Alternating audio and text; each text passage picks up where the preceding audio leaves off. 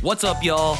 Welcome to Conversation Piece with Patrick Armstrong. I am the titular Patrick, and this is a show where we talk about the missing pieces of the conversations we're already having.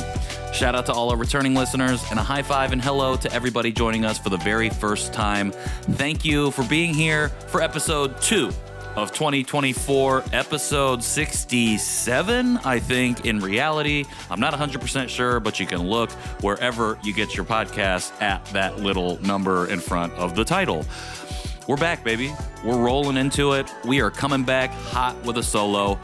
And after the love that we got from our previous episode and talking about the inherent discomfort of not only the act of adoption, but that inherent discomfort, meaning we should be uncomfortable in our conversations around adoption, I wanted to talk a little bit today about my specific journey and 3 moments that I really come back to a lot. I've talked a lot about them on the John Chi Show. I've written a lot about them on my social media accounts. And I wanted to dive into those today because I don't really think I've talked about them on this show. And I think they provide even more context, not only to myself and my own life, but to this broader conversation around the discomfort of adoption in the adoptee experience. So that's what we're going to do today. I just want to say shout out to everybody that's here and everybody that's been joining and showing up on the social media clips and sharing and commenting and just being a part of this community. It really means a lot. We've got a lot of incredible things coming up, some really amazing guests over the next few weeks leading into February. Got some really amazing guests lined up for February. And we are, at this moment, 3 weeks away from the birth of Emily and I's first child. So I've been doing a lot of work in January to try and get ready for that moment so that way we can continue to roll out content and episodes and conversations all throughout February when I'll be taking a little bit of a break to adjust to parenthood, adjust to that hashtag dad life. And I don't know. It's just like there's a lot of stuff going on right now. And I'm just excited to be able to sit back down here, have this conversation, talk about some things that I've done a lot of reflection on over the past few years, especially over the last year and a half, and especially over the last 6 months as I've been going through this therapy journey. And yeah, it's exciting. So like I said, I want to talk about some key moments from my journey as an adoptee and as an Asian American. I do want to caveat, these are only 3 of many different moments in my life that I can come back to. And the interesting thing about it is that there are a lot of different moments, but there are pretty hyper-specific moments, especially during those 30 years that I was in rejection or in the status quo, as is that first stage of the adoptee consciousness model. And it's interesting to think about those specific moments within the context of this broader journey that I've been on over the last 3 years. And I hopefully you'll see at the end of this episode how those things should make this conversation uncomfortable a little bit. I've become comfortable talking about this discomfort within my own life, but for all adoptees and the ways that they go about sharing their stories and knowing that none of these events that I share today are going to be exactly the same as anybody else's events in their own lives, but knowing that we have some of these key moments that we can draw back on, especially post coming to consciousness, where we can really reflect on that period of status quo and start to connect the dots a little bit in terms of why we might have been in that position for so long, and really getting into the minutia and specifics of our own lives, as opposed to just talking generally about, I was in this phase and then I came out of that phase. And so I'm going to talk about each one of these moments individually and connect them with a through line at the end of the episode.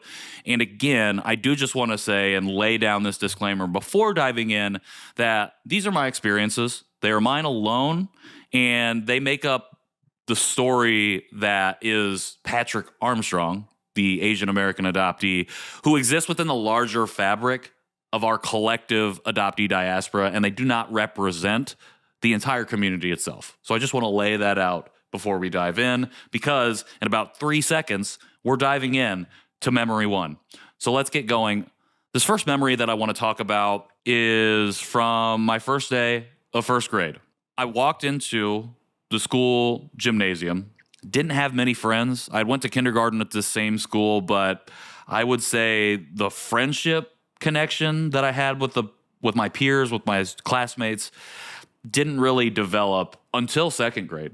But I remember first grade walking in to the gym. That's where we would all assemble for the first day of school. So we would hear from the principal. This was at a Catholic grade school, mind you, in Rensselaer, the town that I grew up in. And we would all sit on the bleachers, listen to whatever spiel had to be spelt, and then go to our respective classes, continue on with the year. And I walk in, I'm by myself. Again, no friends or really relationships to speak of in this particular building with this particular group of people. And I remember I come around the corner to walk up the gym steps, looking for a place to sit, thinking about who I might sit next to, really having no idea who that's going to be. And a kid walks up to me and instantly pull their eyes back and say, "How do you see out of those things?" And thinking about it now, I laugh, even though it's not funny. I remember just being so shocked that I just had I don't think I had any reaction, no visible reaction on my face. I don't think I got emotional at all. They said that, how can you see out of those things? Didn't wait for a response, turned around and left. Went and sat by the people that they know in their part of the bleachers. And it's interesting. I didn't understand at the time what had happened. And thinking about it now, I think, this obviously, for my child, I would 100% want them to come and tell me, the parent, or tell someone at the school that they felt safe enough and comfortable enough to tell, or just any adult to let them know, hey, this happened, and I don't think that it was right. But first grade Patrick did not say anything to anyone. Never told anybody about this experience, never told my parents, never told any friends that I ended up making at this school, never told any adult figure, any guardian figure, not my grandparents, no one. And instead, I pushed that experience down. Because I didn't understand it and because I didn't have the language to articulate what had just happened, I don't think first grade Patrick was aware that was something that I was even supposed to share with anyone, to let them know that, this happened and I don't feel very good about it. I remember not feeling good about it, but again, so shocked that I just didn't understand what had happened. And hindsight being what it is now, I know this was my first experience with racism and microaggressions that I was cognizant of, despite not having the language to articulate so and to tell anyone what it was. So I didn't say what it was. I didn't say to anyone, this is what happened. I'm hurt. I don't feel good about it. But I don't understand why that is. Instead, I pushed it down, kept it to myself. I'm realizing now that, this is setting the stage for how I would go about internalizing racism against myself, how I would go about internalizing a loathing and discomfort and distrust even, and definitely a dislike of anything Asian, and myself being Asian and being different in this community of predominantly white students, predominantly white staff, predominantly white people, not just in the school, but the community itself, as well as the complications of being in an all-white family, aside from my sister, who was adopted from Korea, non-biological. And I'm also realizing that this was one of the first core experiences where I would make the subconscious decision to start rejecting that part of my identity. And because it happened so early in my life, it couldn't be anything other than foundational. It latched on to the deepest part of who I was, and it rooted itself there. And again, it became foundational. And like I said, it sets the stage for what I would go through and how I would navigate the world for the next 2 decades. Because I'm going to be honest, I don't know how old you are when you're in first grade or even kindergarten. I'm assuming it's 10, but that might be wrong. It might be 8. And now that I'm thinking about it, it's got to be younger. So at least the first 2 decades or the next 2 decades, if not longer. But that's memory 1. My first true experience with racism and microaggressions directed at me that I was even subconsciously aware was happening and became cognizant of. And so that's memory 1. Memory 2 is a college memory. And if you've listened to the John Chi Show, if you followed me on Instagram or LinkedIn or other social media platforms, I suppose. Actually, I don't know because I'm not really on any other ones. TikTok, but I don't think I've talked about this on TikTok.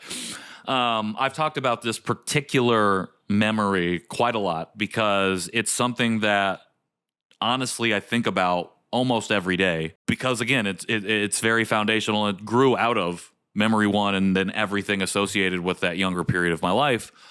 So in college, I was still navigating the world in a state of rejecting my identity, not wanting to be associated with, feeling very uncomfortable around anything Asian, not wanting to even really identify as Asian myself, and still had this predominantly white friend group, and I was still trying to fit into that group and be accepted. I was still trying to solidify my place within this social group because at all times, I felt like I was on the precipice of being rejected and being kicked out of the group and losing everything that I felt like I had worked so hard over the last decade or so to try and establish for myself.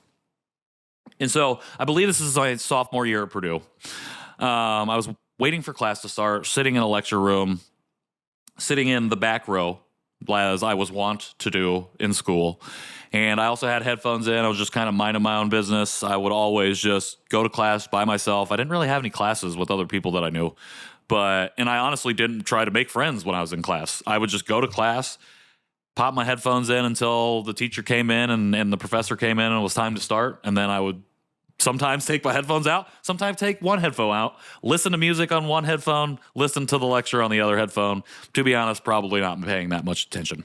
Anyways, I'm sitting in the back of the class waiting for the lecture to start. And out of the periphery, my right periphery, I know specifically, I clocked an Asian student walking down the row towards me. And I could tell that they were saying something to me, trying to get my attention, not in like a, hey, look over here, but more like a just like, you're just walking up and you're like, hi, like trying to say something to someone who is you're walking towards, I guess. I don't know how social interactions work. I paused what I was listening to. I didn't take the headphone out, mind you, but I paused what I was listening to, and I realized that they were speaking to me in a language that I did not recognize. And as it was unfolding, as this person is drawing closer to me, I told myself in my mind that there are one of two things that can happen right now. One, I can either engage with this person and take my first steps into this world that I had done a lot to isolate and insulate myself from. Or two, I can continue down the path of comfortability. I can continue to be the person that I had molded myself into, continue to wear the mask that I had created for myself so long ago, and just do that. Unfortunately, I chose the latter option. I turned to this person. I may have smiled. I'm not 100% sure, but I just said, I'm sorry, I don't understand what you're saying. And I kind of just like rudely brushed them off. I was just like, I'm sorry, I don't know. And I just looked away. And that student ended up turning around, walking out of the row. And I have no idea because I was not paying attention anymore. I didn't look after them. I didn't look where they went. And to be honest, at that time, I didn't care. I was glad to get out of that situation. So that sucked. I don't feel good about myself because of that. I did not think about that interaction until I came to consciousness. And I will say that for the most For the better part of the last 3 years, I've thought about this moment a lot because as I've unpacked my story and started to understand the adoptee experience and as well as the Asian American experience that I had, I realized two things. This moment in particular was indicative of two different things. The first thing was that the rejection of my identity as an Asian and an Asian American and the internalized whiteness and comfortability around and within whiteness that I had built up over the first 20 years of my life was causing me a lot of self-harm and like harming of myself because it was keeping me isolated from my ethnic and racial communities that I really, really needed at that time, but didn't know that I needed. Again, even 10, 15 years on, I didn't have the language to articulate what it was that I needed. I didn't even have the language to articulate the discomfort that I felt and why I felt it. We didn't talk about it. I never talked about it. Nobody asked about it. It just was. And that's what my life was. The second thing was the flip side of that particular coin was that the rejection of my own identity and the internalization of whiteness, white supremacy culture, and the comfortability within that space was actively causing harm to other people, particularly within the Asian and Asian American diasporas and people that I might interact with on a daily basis, particularly at Purdue. This was causing outward harm, not just only inward harm. Not only was I harming myself by essentially refusing to step out of this comfort zone and engage with something that I desperately needed at the time but didn't know. This was also causing harm to other people. And it was causing harm to other people because I don't know what this other person was trying to get out of this interaction. Maybe they had just came to Purdue and were looking to make friends. Maybe they needed help in some way. There are a lot of different things that I've thought about over the last 3 years that this person may have been trying to communicate with me. And because of the rejection that I was in, because of that internalized whiteness, white supremacy culture, and comfortability, I caused them harm. And I think about that a lot. I think about that person. I really hope that they're okay, and I wish that I could apologize to them. And this is my apology now, that I really wish that I had never have done that and I had engaged with them. And who knows? Who knows how different my life could have been? Very foundational moment, very much a key core instance within the larger fabric of my own experience at that time. Which leads us to memory 3.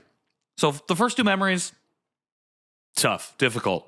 Memories that set the stage for memory 3, but really are two distinct memories that can give you an idea of how I was navigating the status quo and a little bit of the why I was doing so. So memory 3 is my coming to consciousness memory.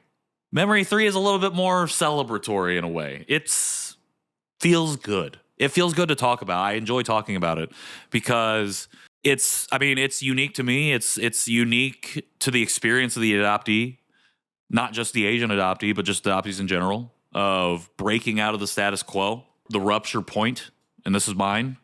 And, it's something I think is impactful for folks to talk about. When I came to consciousness, I learned a lot from other people and their moments of coming to consciousness, or what I was calling at that time, coming out of the fog. But before I jump too far ahead into that, let me talk about this memory 3, this coming to consciousness memory. So in June of 2020, I was still navigating the world in a similar way to memory 1, memory 2. I was still very comfortable in whiteness, very comfortable in my own friend group, very comfortable in being uncomfortable around what it meant to be Asian. And I was just so uncomfortable with it, I didn't want to engage. There was no reason for me to do so in my mind.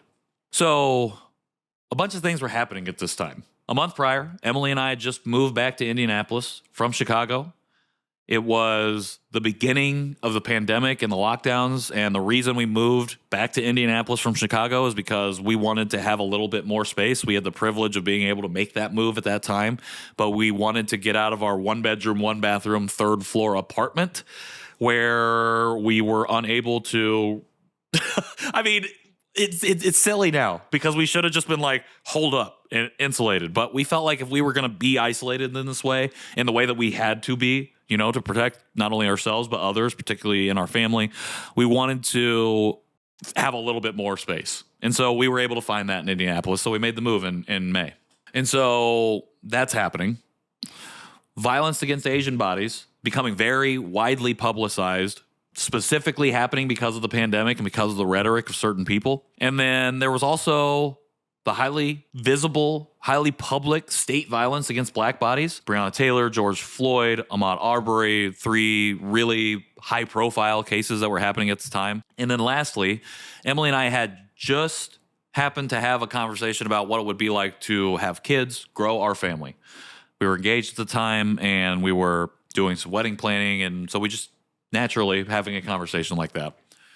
And so one night in June of 2020, all of this was going on, all of these different events happening, and we decided to watch a movie, sitting on the couch, and for some reason, probably fate, even though I don't believe in fate, we landed on Always Be My Maybe, starring Randall Park and Ali Wong. It's on Netflix. I've been talking about this story a little bit more lately, and I think it was because we had been watching Fresh Off the Boat with Randall Park. And so we land on this comedy, or this rom-com on Netflix, press play, and we're watching this movie, and there's a scene really early on. It's not necessarily a flashback, but it is a flashback, where Ali Wong's character as a child goes over next door to Randall Park's families and is hanging out with them, and Randall Park's mom in the movie is cooking a meal, a dinner. And I don't know what it was about this particular scene, but this scene, in conjunction with all of those 5 different things that I just listed as happening in the world at the time, not only in a wide perspective of the world, but also within my own family unit's world, something flipped a switch in my mind where I realized something was happening and I was having a thought. And I turned to Emily and I said, how am I going to teach our kids to navigate this world as Asian when I don't know how to do so? How am I going to teach our kids to navigate the world as Asian when I don't know how to do so? This is the first time in my life that I ever had that kind of thought. The first time in my life that I ever thought I would like to know what that's like, what it means to be Asian American. Powerful moment, to be honest. Looking back, especially, powerful moment. At that time, I didn't realize how powerful it was and that it would be. I didn't realize at that time the course of my life was completely changing, that I had just launched into a new trajectory to do something different, to end up having this conversation with you right now. The very next day, I was at home because the pandemic and we're locked down. And I get on my podcast app and I type in Asian American. I come across multiple podcasts dealing with that experience, and I happen to select one called Dear Asian Americans, and the rest is history. Ongoing history, might I add. If you want to learn more about that particular experience, post looking up that podcast, post watching Always Be My Maybe, follow me on Instagram, check out all of my different posts, check out the different episodes of the John Chi Show that I've done talking about that experience. Check out my episode of Dear Asian Americans, where I have a conversation and tell my story for the very first time. Just check that out. I'm not going to get into it today, but that's memory 3.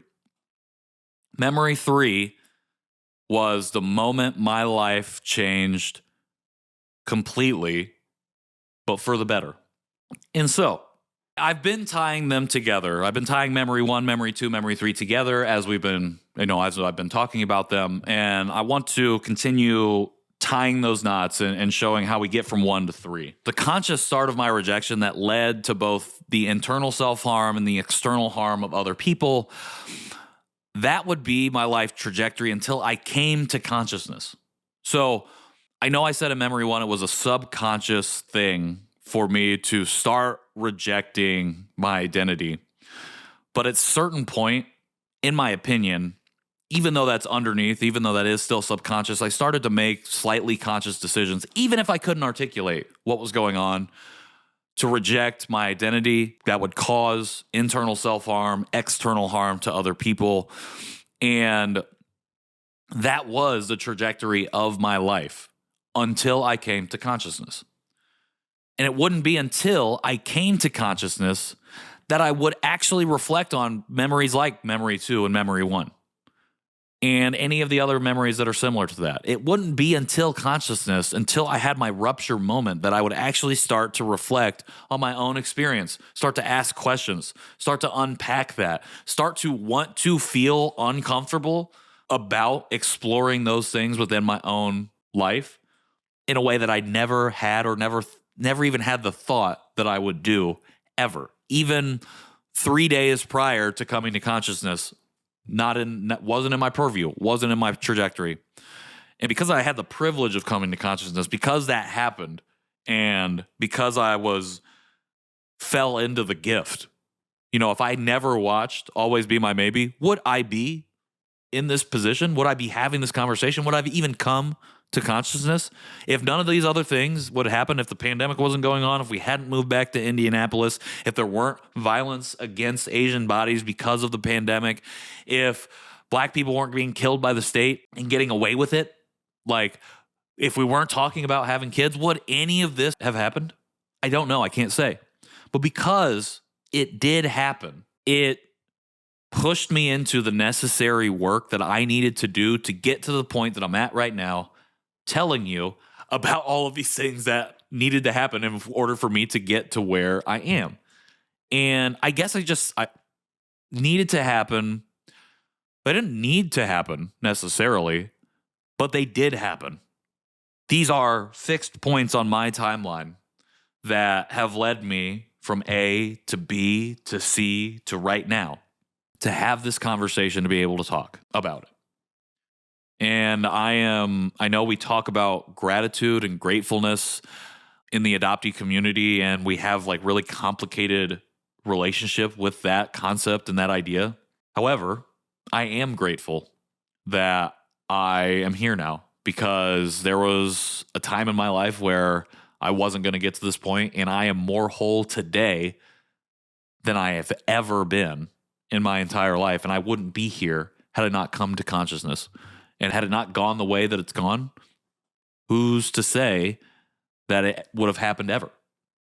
And so why am I sharing this? So if we go back to last episode, I talked about sharing personally can be really beneficial. It can create accessible entry points for other people, both inside and outside this community.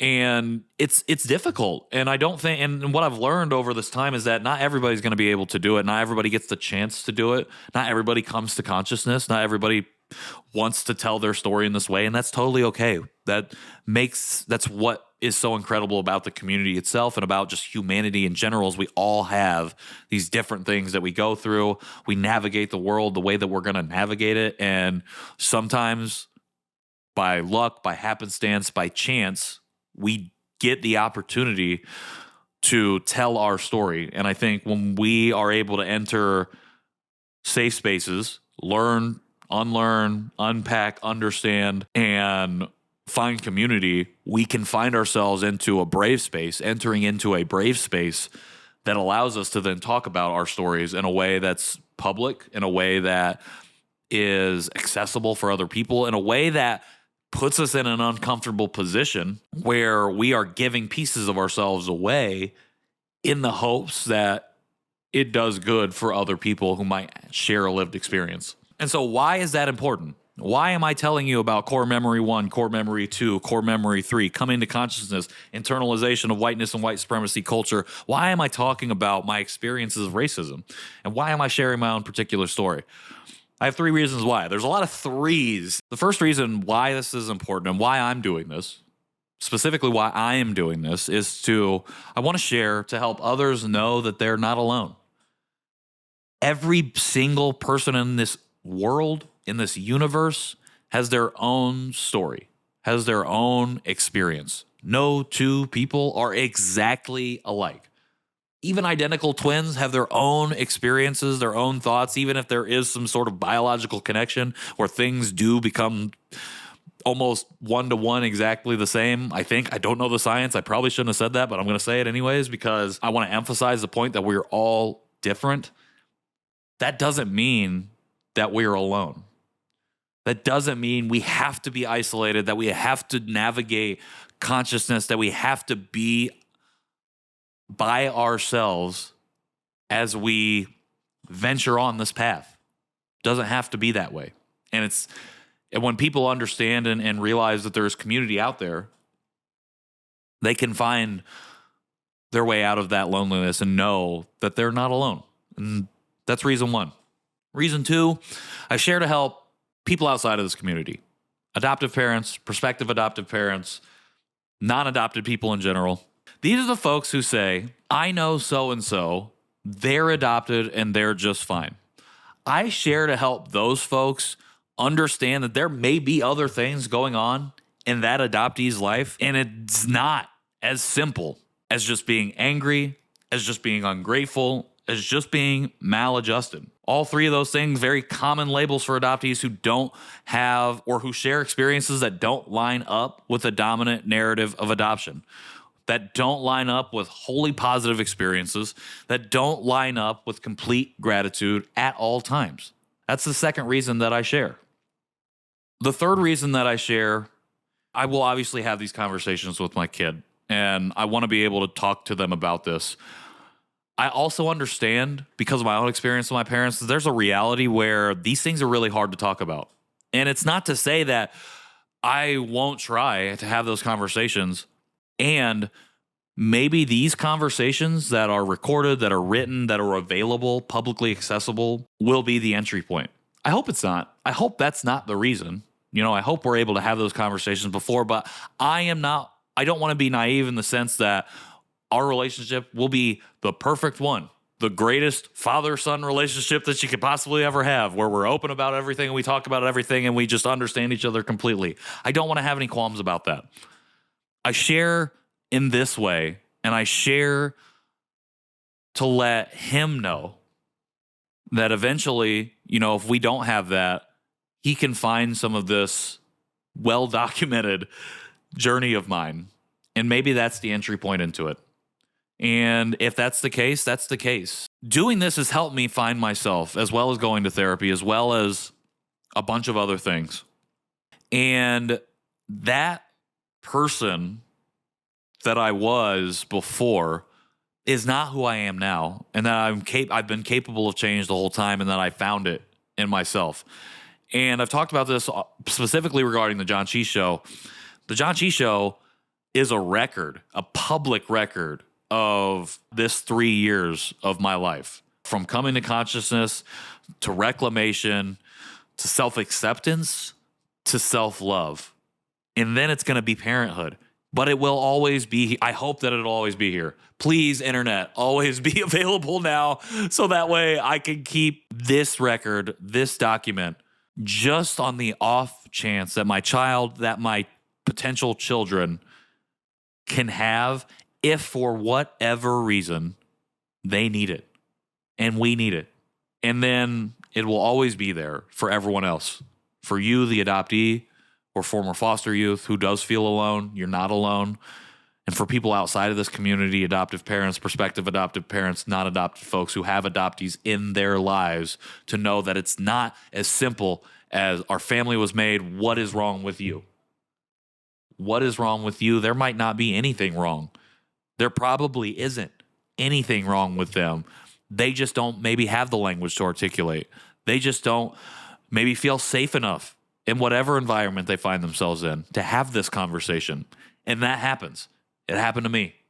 And luckily, I've found myself at a point where I can have this conversation now, where I can talk about this with my wife, with my parents, with people outside of my experience, my friends, in a way that validates everything that I had going on before and continues to push me forward in a way of growth, in a way of being comfortable with the discomfort of my own story and with the discomfort of the larger narrative, the larger fabric of society that we are a part of. And that's why I do this work. That's why I do the work that I do specifically and that I found myself in over the last 3 years. Oh, okay. Well, that's the episode. This is episode 2 of 2024, episode 60-something, 67, I think, 68. I don't know. It's one of those. Just check it out on the podcast app or on YouTube, whichever you are listening, watching, consuming this on. And thank you for being here. Thank you to everybody who supported me in this work and everything that we've been doing on Conversation Piece over the last year and change, everything that we've been doing on the John Chi Show for the last 3 years, and everything that I've been doing over the last 3 years as well.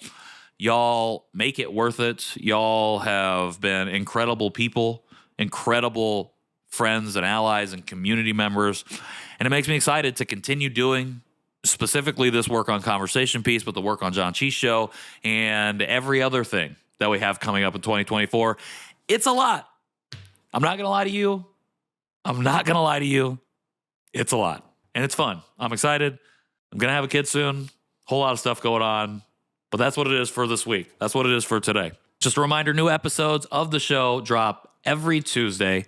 And you can get them wherever you get your podcasts, as well as on YouTube. If you want to support the show, please leave us a rating or a review on any of those platforms. You can also follow us on Instagram at Conversation Podpiece. You can follow me directly at Patrick in the World. And make sure you subscribe to our newsletter, Conversation Piece, the newsletter that drops every Monday.